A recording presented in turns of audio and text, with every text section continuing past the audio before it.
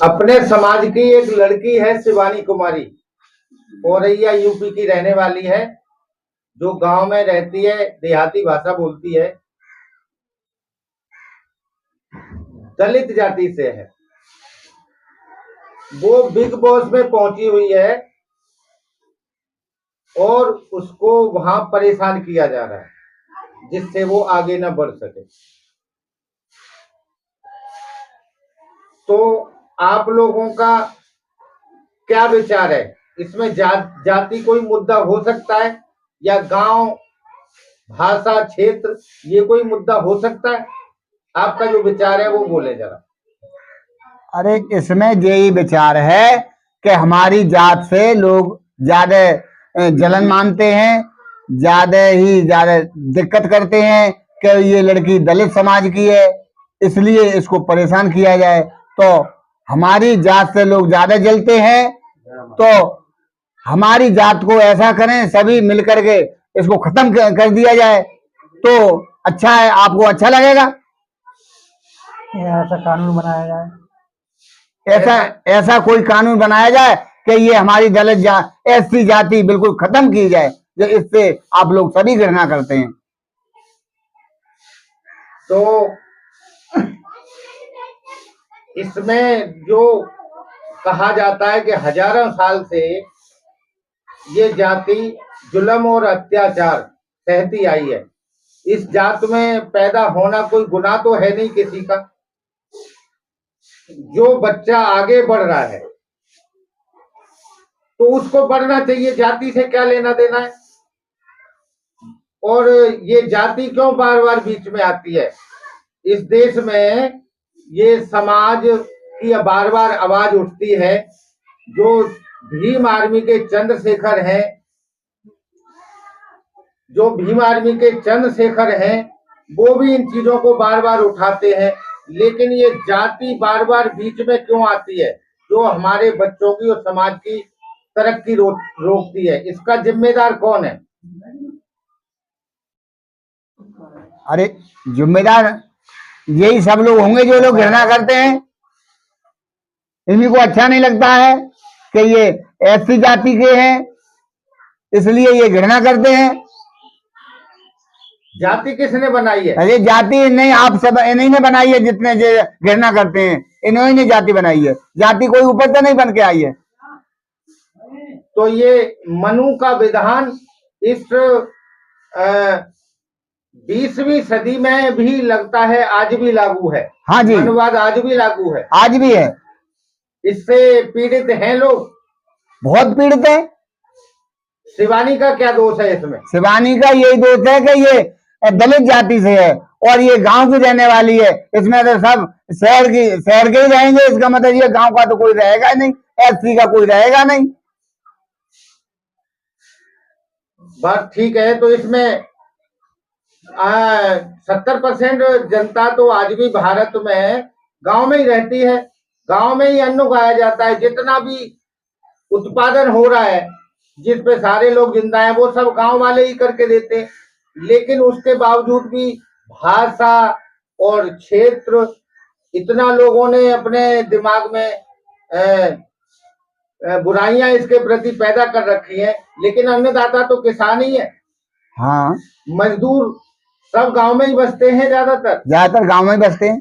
कोठियां कौन बनाता है इनकी? मजदूर बनाते हैं, गांव के ही लोग बनाते हैं।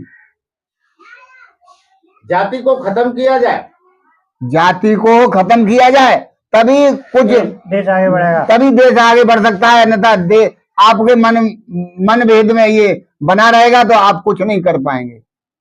इसमें सरकार का क्या रोल हो सकता है? सरकार का तो कोई रोल नहीं है। क्यों नहीं? सरकार कानून बनाती है, आपको पता होना चाहिए। संसद में कानून बनते हैं, वो सरकार का काम होता है। वो भी जातवाद लेके चलते हैं। फिर किसका काम है? कौन करेगा? एससी कास्ट को पढ़ना लिखना चाहिए, एससी कास्ट को, तभी आगे बढ़ पाएगी एससी। अगर पढ़ना लिखना, बच्चों को पढ़ाइए, शिक्षित बनाइए, तो आप कुछ कामयाबी ले सकते हैं, अन्यथा कोई पूछने वाला नहीं है। संविधान का महत्व आज के परिप्रेक्ष्य में बहुत ज्यादा बढ़ गया है। तो संविधान के मामले में आप क्या समझते हैं? संविधान क्या कर सकता है इस मामले में? संविधान क्या नहीं कर सकता है? संविधान में हर चीज बाबा साहब ने लिखी है। तो वो बाबा साहब हमारे पढ़े लिखे थे, इसलिए उन्होंने बनाया। आज बाबा साहब की तरह आप भी उन्नति करिए, बच्चों को पढ़ाइए सभी लोग। एक चीज और सामने आ रही है, यहाँ भी जाति का एंगल निकल के आ रहा है कि सिकंदराव हाथरस यूपी में एक बाबा के साकार विश्वहरि जिसका नाम है, उसके सत्संग में सुना जा रहा है कि 122 लोगों की मौत हो गई। इन 122 मौतों का जिम्मेदार कौन है? अरे उनमें मौत हुई है तो एससी और एसटी और ओबीसी इन्हीं की मौत हुई है, और अन्यथा कोई किसी को नहीं जाता है, नहीं चाहता है, ये समझ लो। इसीलिए क्योंकि ये पढ़े लिखे नहीं है, इसलिए बाबा है कि संत है, अब उसके चरणों की धूल बन जाए। धूलों से क्या होगा? चरणों की धूल से क्या होगा बताइए? चरणों की धूल अगर आपको मिल जाए तो उससे क्या आपको भगवान मिल जाएंगे? भगवान क्या कर देगा? तुम्हारा मकान बना के खड़ा कर देगा भगवान। इसमें ज्यादातर महिलाओं की, बच्चों की मौतें हुई हैं, क्योंकि महिला शिक्षित कम होती हैं, इसलिए गांव की महिलाएं वो शिक्षित नहीं है। उनको बता दिया कि भगवान आज तुम्हारा लड़के का ब्याह करा देंगे, तुमको एक लड़का दे देंगे, इसलिए दौड़ती हैं और भागती हैं वो। ठीक बात है। तो बाबाओं मतलब साकार विश्वहरि, हरियाणा में राम रहीम, रामपाल, ये आसाराम, ये सब बलात्कारी और धन को मारने वाले आज की डेट में कई सारे बाबा लोग जेलों में पड़े हैं, उन पे मुकदमे चल रहे हैं।